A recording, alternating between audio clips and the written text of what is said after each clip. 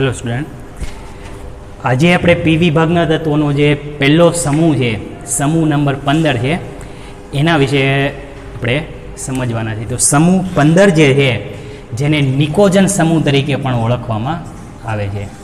નિકોજન સમૂહ છે જેની અંદર તત્વોની શરૂઆત છે નાઇટ્રોજનથી થાય. આ સમૂહનું પહેલું તત્વ જે છે નાઇટ્રોજન છે. નાઇટ્રોજન પછી ફોસ્ફરસ, આર્સેનિક, એન્ટીમની,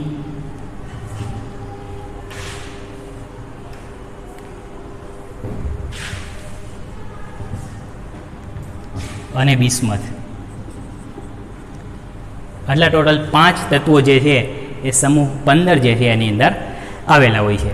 ઓકે, હવે આ સમૂહ 15ના જેટલા તત્વો છે એનું આપણે થોડુંક ક્લાસિફિકેશન કરી નાખીએ. મતલબ કે આપણે એવું ભણ્યા હતા કે પી વિભાગ છે એ સૌ કરતાં વિશેષ છે. એનું કારણ એ છે કે પી વિભાગની અંદર છે એ ધાતુ, અર્ધધાતુ અને સાથે કેટલાક અધાતુ તત્વો પણ રહેલા હોય છે. મોટાભાગે આપણે પી વિભાગના તત્વોની અંદર અધાતુ ગુણધર્મ લઈએ છીએ, પણ અહીંયા બધા ગુણધર્મો આવી જશે.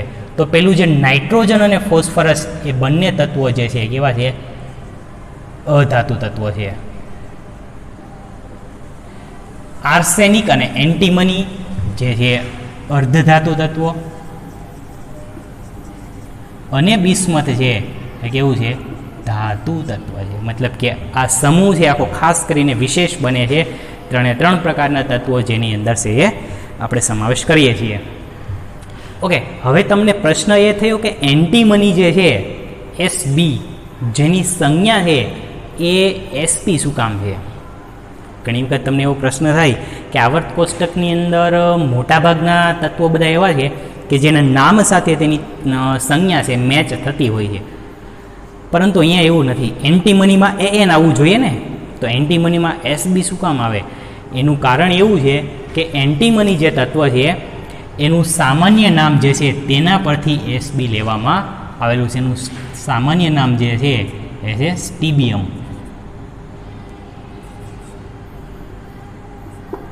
એટલે યાદ રાખજો કે એન્ટીમનીનું સામાન્ય નામ સ્ટીબિયમ છે, તેના પરથી એની સંજ્ઞા Sb લેવામાં આવેલી છે. ઓકે, તો આપણે જોઈ લીધા કે નિકોજનની અંદર ટોટલ 5 તત્વો, જેમાં 2 અધાતુ, 2 અર્ધધાતુ અને 1 ધાતુ તત્વ હાજર છે. ઓકે, તો ચાલો પહેલાં લઈશું આપણે કે આજે બધી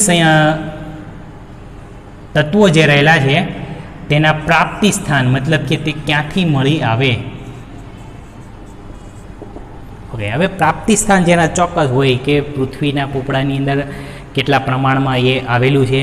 ઓકે, જો બીજું પણ એ વસ્તુ કહી દઉં કે નાઇટ્રોજન જે છે એ નાઇટ્રોજન વાયુ સ્થિતિમાં હોય.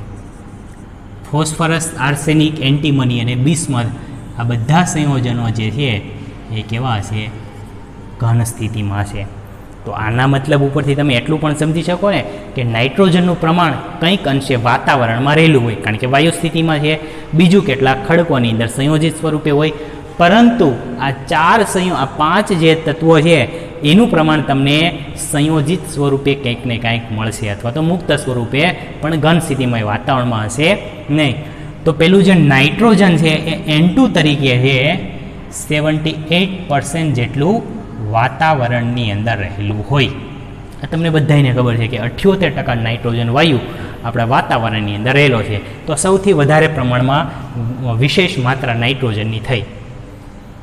હવે નાઇટ્રોજન છે એ બીજું NaNO3, સોડિયમ નાઇટ્રેટ જેને ચીલી સોલ્ટ પીટર તરીકે પણ ઓળખવામાં આવે, અને KNO3 ઇન્ડિયન સોલ્ટ પીટર તરીકે પણ ઓળખવામાં આવે છે. તો આ મુખ્ય સંયોજનો જેના થયા કે જેનાથી નાઇટ્રોજન મળી આવવાની સંભાવના રહેલી છે. બીજું છે ફોસ્ફરસ. તો ફોસ્ફરસ જનરલી P4 તરીકે છે એ અસ્તિત્વ ધરાવે, પણ એ સૌથી વધુ પ્રમાણમાં છે એ ફ્લોર એપેટાઇટ મુજબ છે મળી આવતું હોય, કારણ કે કેલ્શિયમના ફોસ્ફેટ છે, કેલ્શિયમ અને ફોસ્ફેટ આ રીતે છે. હવે કેલ્શિયમ જે છે એનું આ અણુસૂત્ર છે એ રીતે Cl9PO4 6 અને સાથે કેલ્શિયમ ફ્લોરાઇડ હોય. હવે આ જે છે એને ફ્લોર એપેટાઇટ કહેવામાં આવે, જે ફોસ્ફરસનું પ્રમાણ છે એ ધરાવતું હોય છે.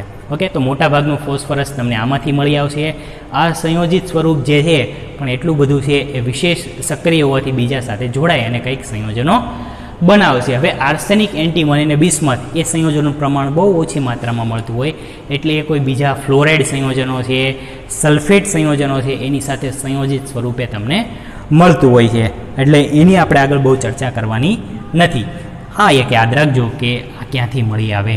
આના નામ તમને ઘણી વખત પૂછાઈ શકે કે ઇન્ડિયન સોલ્ટ પીટર છે તેનું રાસાયણિક સૂત્ર શું થાય, અથવા તો એમ પૂછાઈ શકે કે NaNO3 ને શું કહેવામાં આવે, તો ચીલી સોલ્ટ પીટર, આ ફ્લોરેપેટાઇડ. ઓકે, હવે નેક્સ્ટ લઈશું આપણે ઇલેક્ટ્રોન રચના. સૌથી અગત્યની છે, કારણ કે ઇલેક્ટ્રોન રચના ઉપર છે એ આખા ગુણધર્મો આધાર રાખતા હોય છે. તો આપણે જોશું કે સમૂહ 15 જે છે એની ઇલેક્ટ્રોન રચના કેવી થાય. તો સમૂહ 15 જે છે એની અંદર આવશે NH2NP3, મતલબ કે બાહ્યતમ કક્ષામાં ટોટલ કેટલા ઇલેક્ટ્રોન આવ્યા? 5 ઇલેક્ટ્રોન આવ્યા. પી કક્ષામાં 3, એસ કક્ષકની અંદર 2. હવે તમે અહીંયા જોઈ શકો કે એસ કક્ષકની અંદર 2 ઇલેક્ટ્રોન રહેલા છે, પી કક્ષકની અંદર 3 ઇલેક્ટ્રોન રહેલા છે. તો આ જે રચના થઈ તે કેવી થઈ? ઇલેક્ટ્રોનથી અર્ધપૂર્ણ ભરાયેલી.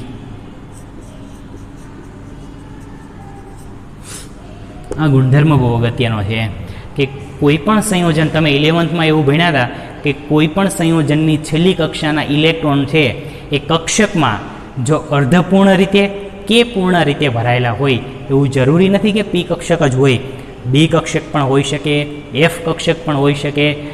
તો કક્ષકની અંદર જો ઇલેક્ટ્રોન અર્ધપૂર્ણ રીતે, આ અર્ધપૂર્ણ કહેવાય, અને દરેકની અંદર યુગ્મિત હોય તો એને કહેવાય પૂર્ણ રીતે. તો અર્ધપૂર્ણ કે પૂર્ણ રીતે જો જોડાયેલા હોય તો તેની સ્થાયીતા વિશેષ પ્રમાણમાં હોય. મતલબ કે બાકીના સંયોજનો કરતાં એની સ્ટેબિલિટીનું પ્રમાણ કેવું હશે? વધારે છે. આખા સમૂહની અંદર છે એ આ મુજબની ઇલેક્ટ્રોન રચના છે તમને જોવા મળશે. એટલે કે ઇલેક્ટ્રોનથી અર્ધપૂર્ણ ભરાયેલી કક્ષકો આવેલી છે, જેથી કરીને સ્ટેબિલિટી વધારે છે, જેને કારણે કેટલાક ગુણધર્મોમાં પણ ફેરફાર પડશે, જે આપણે આના અંદર જોવાનું છે. ઓકે, તો ચાલો આપણે નેક્સ્ટ ગુણધર્મ છે લઈએ, વિદ્યુત ઋણતા.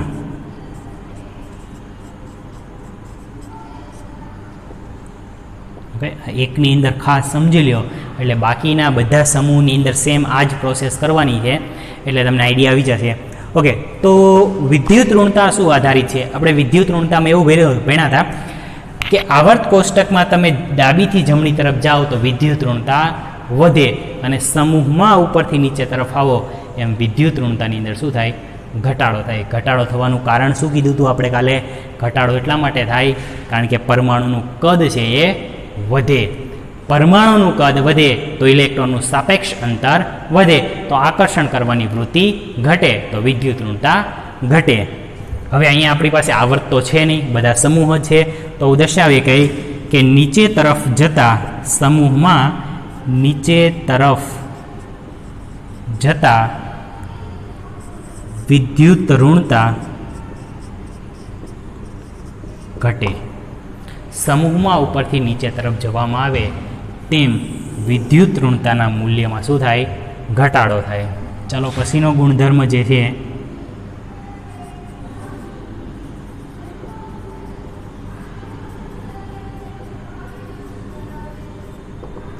આયનીકરણ ઉર્જા છે. આયનીકરણ ઉર્જા એટલે બાહ્યતમ કક્ષાના ઇલેક્ટ્રોનને દૂર કરવા માટે જે ઉર્જા આપવી પડે એ ઉર્જાને શું કહેવામાં આવે? આયનીકરણ ઉર્જા કહેવામાં આવે. હવે અહીંયા જોઈએ કે બાહ્યતમ જે કક્ષા રહેલી છે એ બાહ્યતમ કક્ષાની અંદર અહીંયા 3 અયુગ્મિત ઇલેક્ટ્રોન છે એ ગોઠવાયેલા છે. તો હવે આ 3 અયુગ્મિત ઇલેક્ટ્રોનમાંથી આપણે આ ઇલેક્ટ્રોન છે એને મુક્ત કરવો હોય તો આપણે ઉર્જા આપવી પડે. પણ બાકી જે આના પહેલાંનું સમૂહ એટલે સમૂહ નંબર 14માં જેટલી ઉર્જા આપીએ તેના કરતાં આપણે વધારે ઉર્જા આપવી પડે, કારણ કે આવર્તમાં ડાબીથી જમણી તરફ જાઓ એમ ઇલેક્ટ્રોન છે વધતા જાય, તો કેન્દ્રથી નજીક ગોઠવાય તો એને ઉર્જા છે એ વધારે જોઈએ. પણ સમૂહમાં ઉપરથી નીચે તરફ આવો આયનીકરણ ઉર્જાની કિંમતમાં શું થાય? ઘટાડો થાય ને, કારણ કે પરમાણુનું કદ વધે તો ઇલેક્ટ્રોનને દૂર કરવા માટે છે એ આપણે ઓછી ઉર્જાની જરૂર પડે. ઇલેક્ટ્રોન જેમ કેન્દ્રની નજીક ગોઠવાયેલા હોય એમ એની ફ્રેન્ડશિપ વધારે સ્ટ્રોંગ હોય.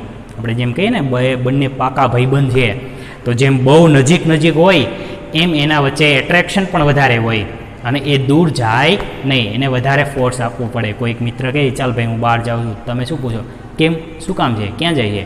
પણ જે દૂરનો મિત્ર હોય એ કહે છે હું જાઉં, હા ભાઈ જા જા જા તું.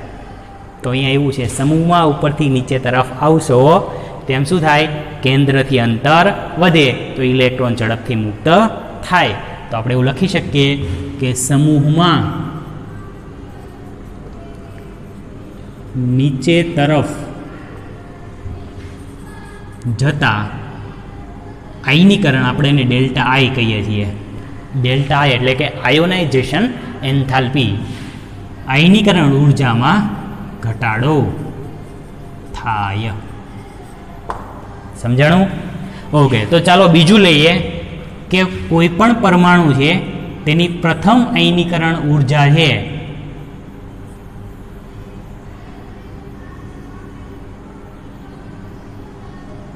ડેલ્ટા I1H, તેના કરતાં દ્વિતીય આયનીકરણ ઉર્જા અને તેના કરતાં પણ તૃતીય આયનીકરણ ઉર્જાની કિંમત વધારે હોય. આ માઇન્ડમાં બેઠવું જોઈએ. શું કીધું? પ્રથમ આયનીકરણ કરતાં દ્વિતીય અને દ્વિતીય આયનીકરણ ઉર્જા છે તેના કરતાં તૃતીય આયનીકરણ ઉર્જાની કિંમત છે એ હંમેશા કેવી હશે? વધારે હશે. એનું કારણ શું છે? ઓકે, તો જોઈએ કારણ. ઓકે, હું તમને ઉદાહરણ સાથે એનું કારણ છે સમજાવું. આ પરમાણુના કેન્દ્રની અંદર કેટલાક છે પ્રોટોન રહેલા છે, એટલે કે ધન વીજભાર છે. આ તેની પ્રથમ કક્ષા થઈ, આ તેની દ્વિતીય કક્ષા. ઓકે, આપણે દ્વિતીય કક્ષા સુધી છે એ લઈએ. હવે અહીંયા ધન વીજભાર, હવે જેમ ઇલેક્ટ્રોન વધે એમ સાથે ધન વીજભાર પણ વધે, કારણ કે જેમ પરમાણુ ક્રમાંક વધે તેમ સાથે પ્રોટોન પણ વધે ને ઇલેક્ટ્રોન પણ વધે. ઓકે, આપણે અહીંયા લઈએ કે આપણી પી કક્ષકની અંદર 3 ઇલેક્ટ્રોન છે, 1 2 3. તો અહીંયા પ્રોટોન પણ એટલા જ હોવાના, મતલબ કે મજબૂતાઈથી. તો હવે આ 3 પ્રોટોનનું આકર્ષણ છે એ કેન્દ્ર તરફ હોવાનું, 3 ઇલેક્ટ્રોન કેન્દ્ર તરફ છે એ આકર્ષાયેલા હોય. હવે પ્રથમ ઇલેક્ટ્રોન છે એને જો આપણે દૂર કરવો હોય તો આપણે કંઈક અંશે ઉર્જા છે આપીએ અને પ્રથમ ઇલેક્ટ્રોન દૂર થયો. પણ ધન વીજભારની માત્રામાં કંઈ ફેરફાર થયો? ધન વીજભાર તો એટલો ને એટલો જ રહ્યો. હવે શું થયું? એટ્રેક્શન વધી ગયું. આ બંને ઉપર છે એ વીજભારની માત્રા વધી ગઈ. પહેલાં શું હતું કે આનો જે ધન વીજભાર હતો તો 3 ઇલેક્ટ્રોન ઉપર ફેલાયેલો હતો, પણ હવે આ ઇલેક્ટ્રોન આપણે દૂર કરી દીધો તો બધો વીજભાર કોના પર આવ્યો? 2 વીજભાર ઉપર આવ્યો. Okay, let me tell you એક એક્ઝામ્પલ આપું તમને. તમે રચ્છીખેસની ગેમ જોઈ હશે, જેમાં શું હોય, એક સેન્ટ્રલ લાઇન કરેલી હોય અને બંને બાજુ લાંબી દોરી હોય. કેટલાક વ્યક્તિ આ બાજુ હોય ને કેટલાક વ્યક્તિ આ બાજુ હોય. પોતાના બળ છે એ લગાવી અને ખેંચે, જે લાઇનિંગ ક્રોસ કરી જાય વિજેતા બને. એવી ગેમ જોઈએ. ચલો માની લ્યો કે એક બાજુ છે એ ખલી છે, તમે ઓળખો ને ખલીને, બોક્સિંગ કરે છે એ છે, અને પેલી બાજુ તમારા જેવા કેટલાક 10 સ્ટુડન્ટ છે.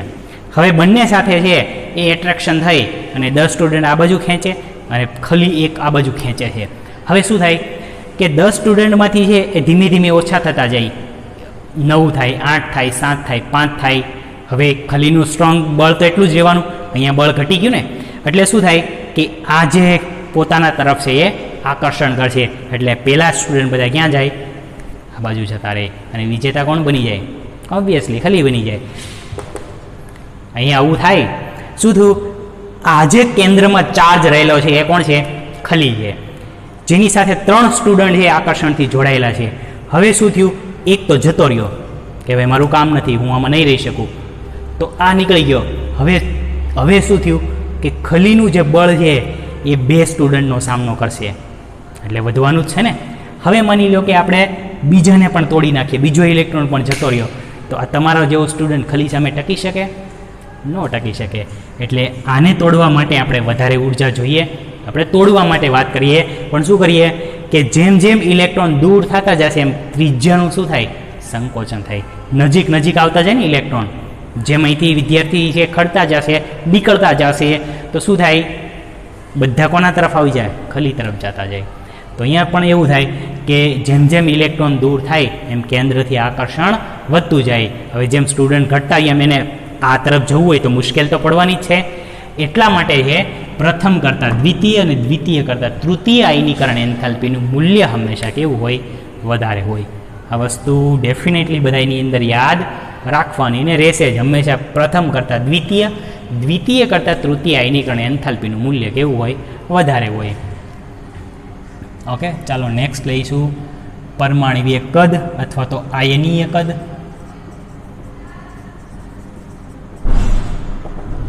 પરમાણ્વીય કદમાં શું ફેરફાર પડે? હવે આપણે અહીંયા સમૂહની જ વાત કરશું. સમૂહમાં ઉપરથી નીચે તરફ આવો એમ પરમાણુનું કદ છે એ વધે, કારણ કે નવી નવી કક્ષા છે એ ઉમેરાય છે. તો આપણે શોર્ટમાં લખીએ કે નીચે તરફ જતા કદમાં વધારો થાય. ક્લિયર છે? ઓકે, ચાલો આટલા ગુણધર્મો જે થઈ ગયા. હવે આપણે વાત કરશું ભૌતિક ગુણધર્મોને. આઈ થિંક હવે આમાં કંઈ બહુ જ હજુ બાકી રહ્યું નથી.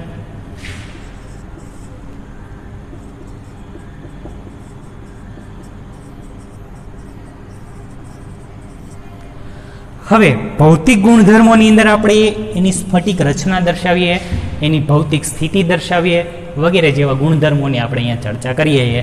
તો એ મેં તમને પહેલાં જ દર્શાવી દીધું છે કે નાઇટ્રોજન જે છે એ કેવી સ્થિતિમાં છે?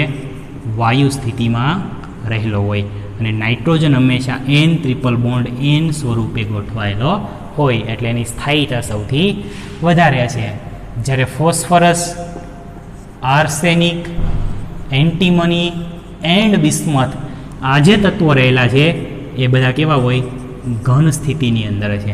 બીજું તમે એ પણ લખી શકો કે નાઇટ્રોજન ફોસ્ફરસ અધાતુ છે, આર્સેનિક એન્ટીમની અર્ધધાતુ છે, એન્ડ બિસ્મથ જે છે કેવું છે? ધાતુ તત્વ રહેલું છે. તો આ થયા એના ભૌતિક ગુણધર્મો. અને સૌથી અગત્યનું હવે જે આપણે વાર્તા કરવાની જે છે એ છે રાસાયણિક ગુણધર્મોની.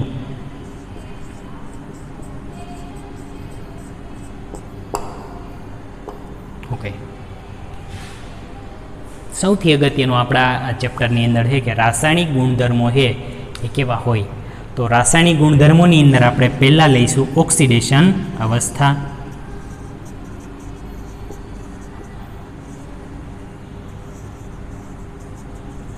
ચાલો, ઓક્સિડેશન અવસ્થા માટે શેની જરૂર પડશે? ઇલેક્ટ્રોન રચનાની જરૂર પડશે. તો સમજી શકો કે બાહ્યતમ કક્ષામાં 3 ને 2 5 ઇલેક્ટ્રોન રહેલા છે. તો 5 ઇલેક્ટ્રોન જેની અંદર રહેલા હોય એ અષ્ટક પ્રાપ્ત કરવા માટે શું કરશે? ઇલેક્ટ્રોન મેળવશે. કેટલા ઇલેક્ટ્રોન મેળવશે? 3 ઇલેક્ટ્રોન મેળવશે. તો એક ઓક્સિડેશન અવસ્થા થઈ એની -3 થઈ. ક્લિયર છે? ઓકે, હવે શું કરશું કે માની લો કે પોતાના પી કક્ષકના 3 ઇલેક્ટ્રોન ગુમાવી દે તો એના ઉપર વીજભાર આવી શકે +3. એસ કક્ષકના પણ જો ઇલેક્ટ્રોન ગુમાવી દે એટલે 5 ઇલેક્ટ્રોન ગુમાવી દે તો વીજભાર આવશે એના ઉપર +5. મતલબ કે 3 ઓક્સિડેશન અવસ્થા થઈ, -3 +3 +5. હવે આપણે એવું વિચાર્યું હતું કે ઇલેક્ટ્રોન મેળવે તો ગુમાવવા ક્યાં માંડ્યા? ઇલેક્ટ્રોન મેળવવાના છે તો ગુમાવવા શું કામ માંડ્યા? એનું કારણ છે કે સમૂહમાં ઉપરથી નીચે તરફ જાઓ તેમ ધાતુ ગુણધર્મમાં શું થાય? વધારો. સમજાય? ધાતુ ગુણધર્મમાં વધારો થાય. તો ધાતુ ગુણધર્મમાં વધારો થાય તો ધાતુની લાક્ષણિકતા શું છે? ઇલેક્ટ્રોન આપવાની, નહીં કે મેળવવાની. એ ઇલેક્ટ્રોન ડોનેટ કરે છે. તો ઇલેક્ટ્રોન આપે છે તો ઇલેક્ટ્રોન તો ગુમાવવાના જ છે, એટલે પ્લસ વીજભારની માત્રા છે એ વધતી જાય. હું તમને સ્પેસિફિક લખી દઉં છું કે સમૂહમાં ઉપરથી નીચે તરફ જાઓ, જો એરો દર્શાવે, સમૂહમાં ઉપરથી નીચે તરફ જાઓ તેમ -3 છે એની ઓક્સિડેશન અવસ્થા બનવાનું વલણ ઘટશે. કારણ કે ધાતુ સંયોજનો વધતા જાય તો ઇલેક્ટ્રોન જે મેળવવાની વૃત્તિ ધરાવતા નથી, એટલે ઉપરથી નીચે તરફ જાઓ એટલે -3 ઘટશે. અને પ્લસ બીજું છે કે સમૂહમાં ઉપરથી નીચે તરફ જાઓ તેમ +5 પણ ઘટશે. લ્યો, આ તો પાછું કંઈક નવું આવ્યું. +5 ઘટવા માંડ્યું. એના માટેનું એક કારણ છે, નો યાદ હોય તો કંઈક લખી નાખજો અને તમે સમજાત પણ છો કે નિષ્ક્રિય યુગ્મન અસર યાદ છે? નિષ્ક્રિય યુગ્મન અસર લાગુ પડે. નિષ્ક્રિય યુગ્મન અસર એવી છે કે કોઈ પણ પરમાણુ જે છે એ કોઈ પણ બંધ બનાવે ત્યારે એની પાસે એક અબંધકારક ઇલેક્ટ્રોન યુગ્મ છે એ સ્થિર રાખવાનો ગુણધર્મ છે એ ધરાવતું હોય છે. એમ સમૂહમાં નીચે તરફ જાઓ એમ નિષ્ક્રિય યુગ્મન અસરનું પ્રમાણ વધતું જાય. જેમ કદ વધે એમ નિષ્ક્રિય યુગ્મન અસર છે એ વધે છે. એટલે +5ની સ્થિરતામાં શું થાય? ઘટાડો થાય. તો સૌથી વધારે સ્ટેબલ ઓક્સિડેશન અવસ્થા કઈ થઈ?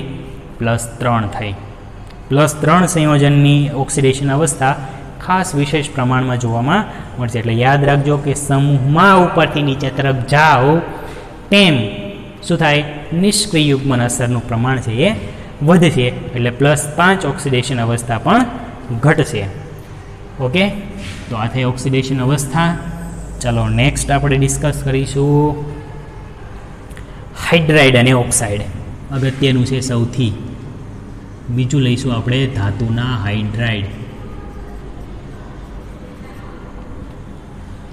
ઓકે, હવે હાઇડ્રાઇડ કેવા પ્રકારના બનાવશે? તો જનરલી આ જે સંયોજનો છે એ EX3 પ્રકારના હાઇડ્રાઇડ છે એ બનાવે. કેવા હાઇડ્રાઇડ બનાવશે? EX3 પ્રકારના હાઇડ્રાઇડ છે એ બનાવે. આપણે લખીએ પહેલાં નાઇટ્રોજન છે તો નાઇટ્રોજન બનાવશે NH3. ત્યાર પછી આવશે ફોસ્ફરસ તો ફોસ્ફરસ બનાવશે PH3 જેને ફોસ્ફિન કહેવામાં આવે, ફોસ્ફિન. પછી આવશે આર્સેનિક તો આર્સેનિકની અંદર AS3, એન્ટીમની SbS3 અને છેલ્લે આવશે બિસ્મથ H3. આઈ થિંક તમને અહીંયા સુધી દેખાતું હશે. ઓકે, તો ammonia, phosphine, arsenic hydride, antimony hydride, બિસ્મથના હાઇડ્રાઇડ. આ થઈ ગયા આપણા સમૂહ 15ના કેટલાક હાઇડ્રાઇડ. હવે આપણે વાત કરવાની છે કે હાઇડ્રાઇડની અંદર કેવા પ્રકારના ગુણધર્મો. ચેપ્ટરની અંદર MCQ લેવલની અંદર આ જે ટોપિક છે એ મોસ્ટ ઇમ્પોર્ટન્ટ છે, હાઇડ્રાઇડ અને ઓક્સાઇડ. કારણ કે આની અંદર એવા ગુણધર્મો જે તમે આમ વિચારો ને એના કરતાં કંઈક અલગ ગુણધર્મો રહેલા છે. ઓકે, તો હવે જોઈએ પહેલી એની બેઝિકતા.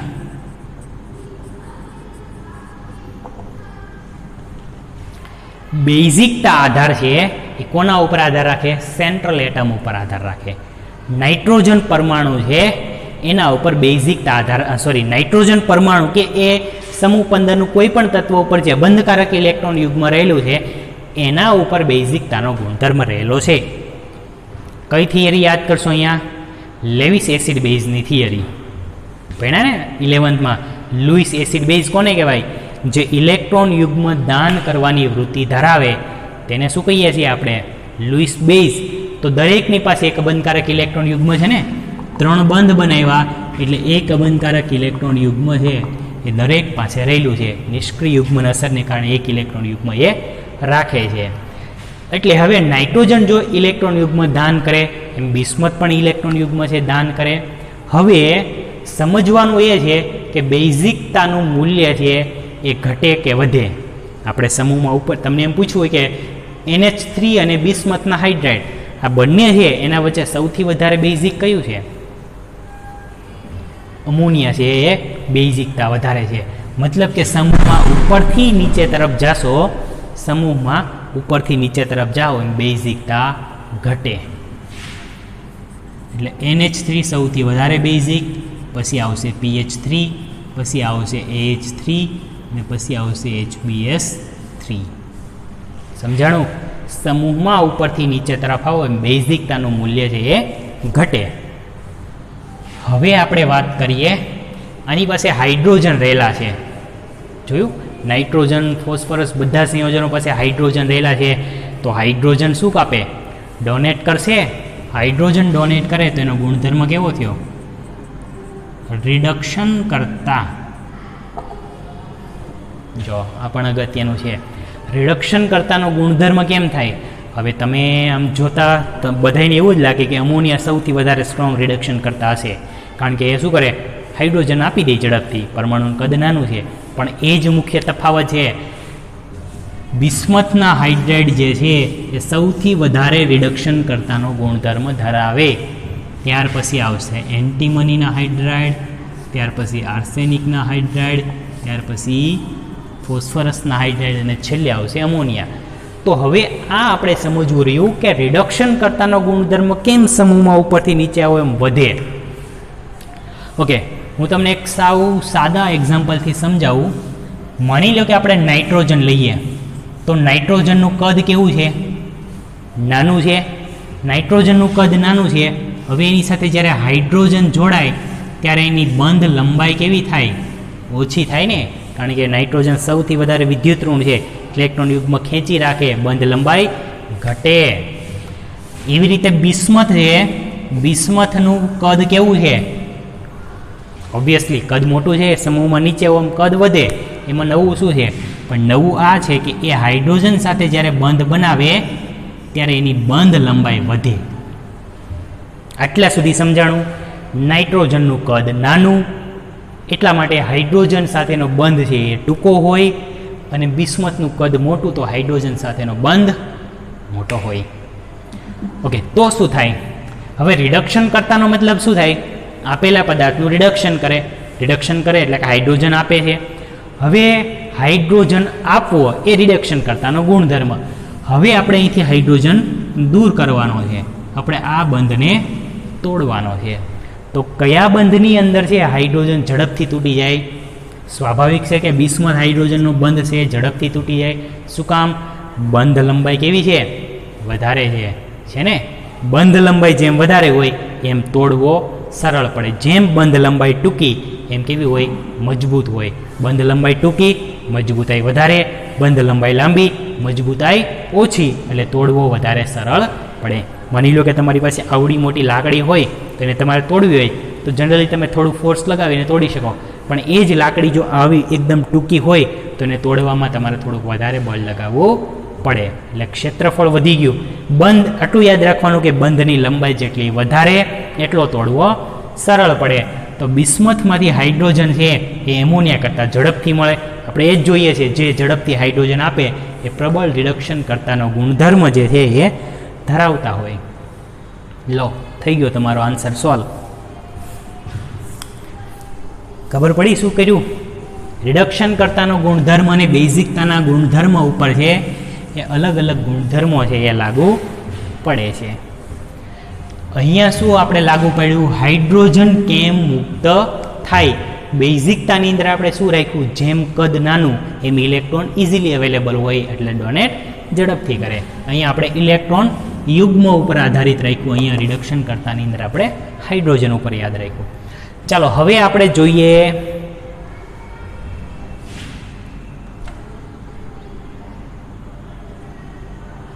પાણીમાં દ્રાવ્યતા. આ બધી વાત આપણે કોની કરીએ છીએ? હાઇડ્રાઇડની વાત કરીએ છીએ. હવે હાઇડ્રાઇડ સંયોજનો જે રહેલા છે એ હાઇડ્રાઇડ સંયોજનોની પાણીમાં દ્રાવ્યતા આપણે જોઈતી હોય તો પાણીમાં દ્રાવ્યતા, આપણે પાણીની દ્રાવ્યતા ભણ્યા છીએ કે પાણી જે છે એ કેવું છે? પોલાર, મતલબ કે ધ્રુવીય સ્વભાવ ધરાવે. હવે આપેલા પદાર્થની જેમ ધ્રુવીયતા વધારે એમ પાણીમાં દ્રાવ્યતા વધારે થાય. તો આ બધાની અંદર ધ્રુવીયતા કોની વધારે છે? ધ્રુવીયતા કોના ઉપર આધાર રાખે? વિદ્યુત ઋણ પરમાણુ ઉપર આધાર રાખે. નાઇટ્રોજનની વિદ્યુત ઋણતા સૌથી વધારે, ઓક્સિજન સાથે બંધ બનાવે, ત્યાર પછી ફોસ્ફરસ સાથે, ત્યાર પછી આર્સેનિક, એન્ટીમની અને બિસ્મથ. તો પાણીમાં દ્રાવ્યતા સૌથી વધારે કોની હોય? એમોનિયાની હોય. પછી આવશે ફોસ્ફીન, પછી આવશે આર્સેનિક, એન્ટીમની અને છેલ્લે આવશે બિસ્મથ. સમજાણું? પાણીમાં દ્રાવ્યતા સમૂહમાં ઉપરથી નીચે તરફ આવો એમ શું થાય? ઘટે, કારણ કે વિદ્યુત ઋણતા ઓછી થાય, પાણી એટ્રેક્શન કરી શકતું નથી. ચાલો, પાણીમાં દ્રાવ્યતા થઈ ગયું. ઓકે, હવે મોટાભાગના ગુણધર્મો આવી ગયા. ત્રીજું લઈશું આપણે ઓક્સાઇડ. ધાતુના ઓક્સાઇડ અને અધાતુના ઓક્સાઇડ. તો જનરલી આ જે સંયોજનો છે એ બે પ્રકારના ઓક્સાઇડ ધરાવે, EO2 અને EO3. બે પ્રકારના ઓક્સાઇડ છે એ ધરાવતા છે. ચાલો આપણે EO2 ઓક્સાઇડ વિશે જોઈએ. નાઇટ્રોજનના ઓક્સાઇડ NO2, ફોસ્ફરસના ઓક્સાઇડ PO2,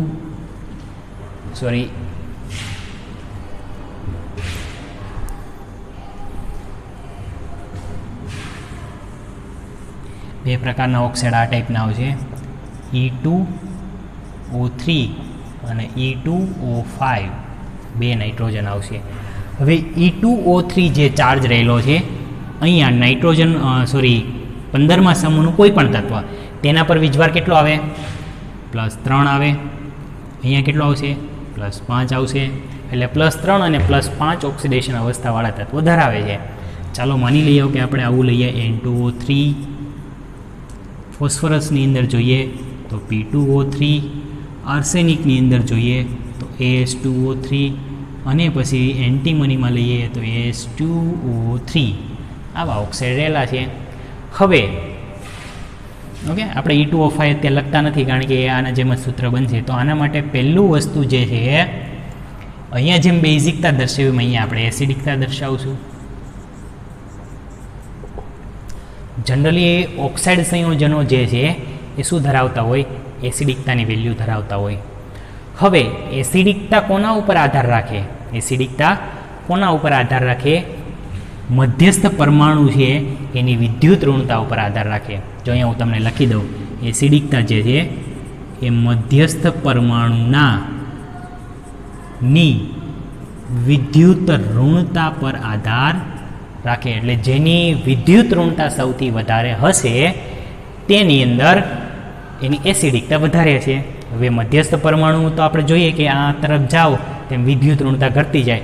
તો સ્વાભાવિક છે કે N2O3 સૌથી વધારે એસિડિક હશે, P2O3 એના કરતાં ઓછું, આર્સેનિક છે એના કરતાં ઓછું અને એન્ટીમની એના કરતાં પણ ઓછું, બિસ્મથ એના કરતાં પણ ઓછું. એટલે આમાં એવું થયું કે સમૂહમાં ઉપરથી નીચે તરફ જાઓ એમ એસિડિકતા ઘટે. આ બંનેના પેરામીટર જુદા જુદા છે. આ કોના ઉપર આધાર રાખે? મધ્યસ્થ પરમાણુમાં રહેલા ઇલેક્ટ્રોન યુગ્મ દાન કરવાની વૃત્તિ પર. આ કોના ઉપર આધાર રાખે? મધ્યસ્થ પરમાણુની વિદ્યુત ઋણતા ઉપર. જેમ મધ્યસ્થ પરમાણુમાં વિદ્યુત ઋણતાનું મૂલ્ય સૌથી વધારે હશે તેમ તેની એસિડિકતાનું મૂલ્ય છે પણ વધતું જશે. ઓકે, તો બીજી એક વસ્તુ એ છે કે જનરલી આપણે એવું જોઈએ કે નાઇટ્રોજન જે છે, નાઇટ્રોજન અધાતુ છે. તો અધાતુના ઓક્સાઇડ છે એ સ્વભાવે કેવા હોય? એસિડિક હોય. કઈ રીતે ખબર પડી? તો અધાતુના ઓક્સાઇડનું જો તમે પાણીની અંદર દ્રાવણ બનાવો એટલે કે N2O3 + H2O આના વચ્ચે રિએક્શન થાય તો આમાંથી તમને છે એ શું બને? એસિડ બનશે. આ તમને ખબર હશે. આપણે કોઈ પણ એક સાદું ઉદાહરણ લઈએ. માની લો કે NO2 છે, નાઇટ્રોજન ડાયોક્સાઇડ. નાઇટ્રોજન ડાયોક્સાઇડ પાણીમાં દ્રાવ્ય કરો એમ એટલે આમાંથી બનશે નાઇટ્રિક એસિડ, મતલબ કે એસિડ બન્યું. પરંતુ તમે ધાતુના ઓક્સાઇડ જો લ્યો, દાખલા તરીકે સોડિયમ ઓક્સાઇડ, એને પાણીમાં દ્રાવ્ય કરો તો શું બને? બેઝ બને, NaOH. અહીંયા સેમ ગુણધર્મ લાગુ પડે. અધાતુના ઓક્સાઇડ એસિડિક, ધાતુના ઓક્સાઇડ છે થોડાક બેઝિક, મતલબ કે બેઝિક. તો ઉપરથી નીચે તરફ આવો તેમ એસિડિકતાનું મૂલ્ય વધે. રહેશે યાદ?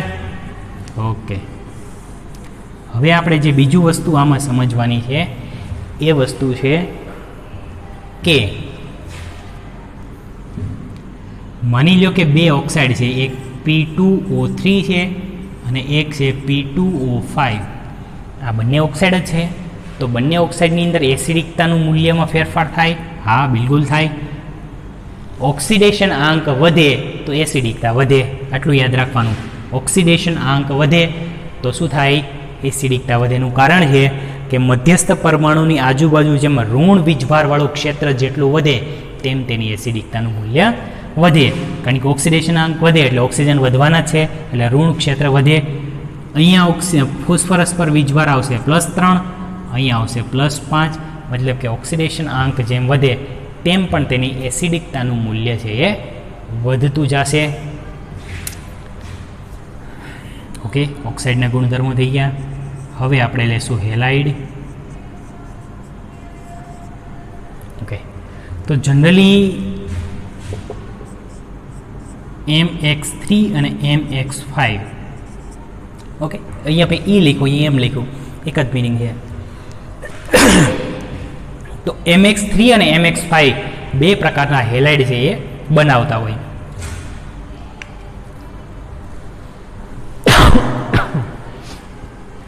ઓકે, આપણે એક એક્ઝામ્પલ લઈએ નાઇટ્રોજનની અંદર. ઓકે, નાઇટ્રોજન +5 વીજભાર.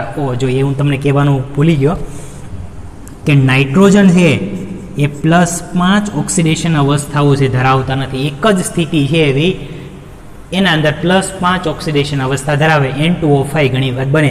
બાકી નાઇટ્રોજન કોઈ દિવસ +5 ઓક્સિડેશન અવસ્થા ધરાવતું નથી. એનું કારણ પણ આપણે સમજી લઈએ.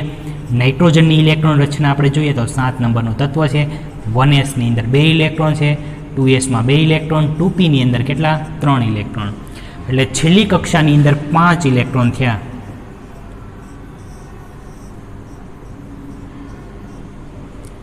હવે શું થાય કે જો નાઇટ્રોજનને બંધ બનાવવા હોય તો નાઇટ્રોજન છે આ 3થી વધારે બંધ નથી બનાવતું.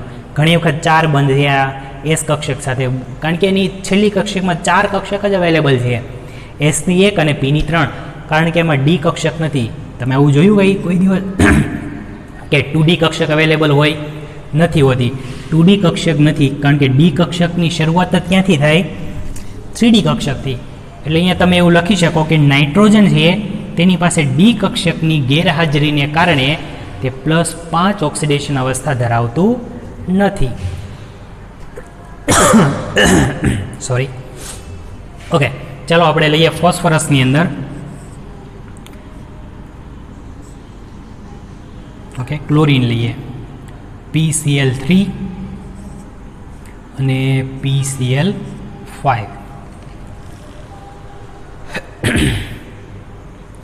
હવે જો PCl3 અને સોરી હું થોડુંક પાણી પી લઉં.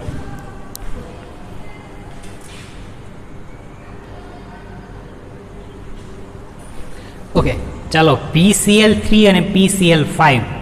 હવે આ બંને જે સંયોજનો છે તેના અંદર એક ગુણધર્મ સૌથી અગત્યનો છે કે આના અંદર છે ધ્રુવીય સ્વભાવ જે છે PCl5ની અંદર છે. ઓકે, પણ બીજી વસ્તુ એ છે કે PCl3 અને PCl5 આના અંદર +3 વીજભાર છે, આના અંદર +5 વીજભાર છે. તો આ બે વીજભાર છે. હવે મુખ્ય વસ્તુ એ છે કે આનો ધ્રુવીય સ્વભાવ વધારે છે. PCl3 કરતાં PCl5ની અંદર ધ્રુવીય સ્વભાવ છે એ વધારે હોય. એના માટે ફજાન રૂલ્સ લાગુ પડે. એ ફજાન રૂલ્સ હું તમને સમજાવી હમણાં. ઓકે, તો હવે જો આ બે વસ્તુ છે કે કોઈ પણ હેલાઇડ તમને આપેલા હોય, સમૂહ 15ના હેલાઇડની અંદર તમારે એટલું યાદ રાખવાનું કે PX3 કરતાં PX5 વધારે સહસંયોજક સ્વભાવ છે એ ધરાવતા હોય. આપણે બે હેલાઇડની અંદર છે એ સમજવાનું છે. ઓકે, ચાલો હું તમને એક ફજાન રૂલ્સ આના અંદર છે સમજાવી દઉં.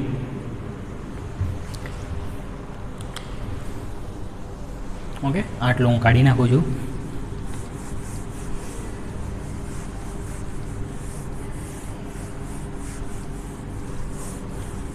તમારો JEE નીટ માટેનો સૌથી અગત્યનો ટોપિક છે ફજાન રૂલ્સ. એ તમે યાદ રાખશો.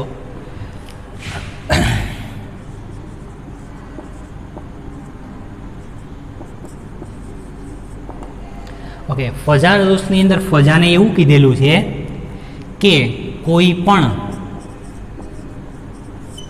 કંઈક બુકની અંદર છે લખી નાખજો, કોઈ પણ આયોનિક પદાર્થ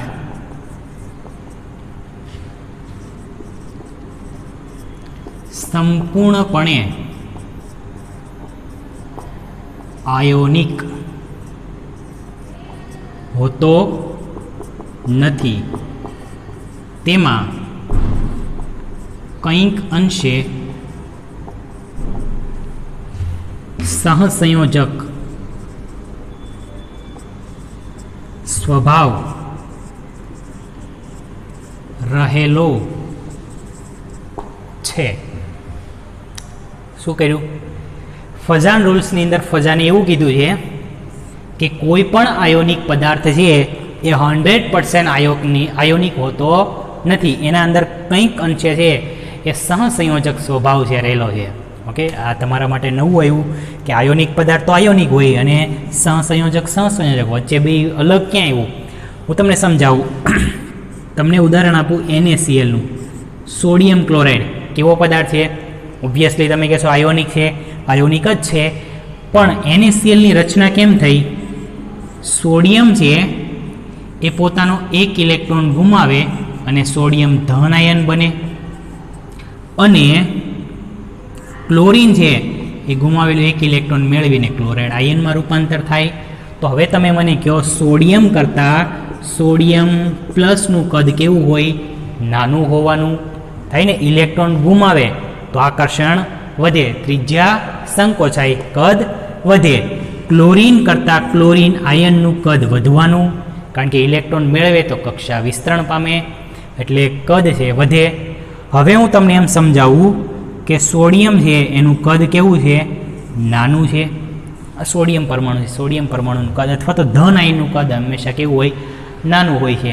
હવે માની લો કે ક્લોરીન છે Cl માઇનસ, જેનું કદ કેવું હોય? મોટું હોય.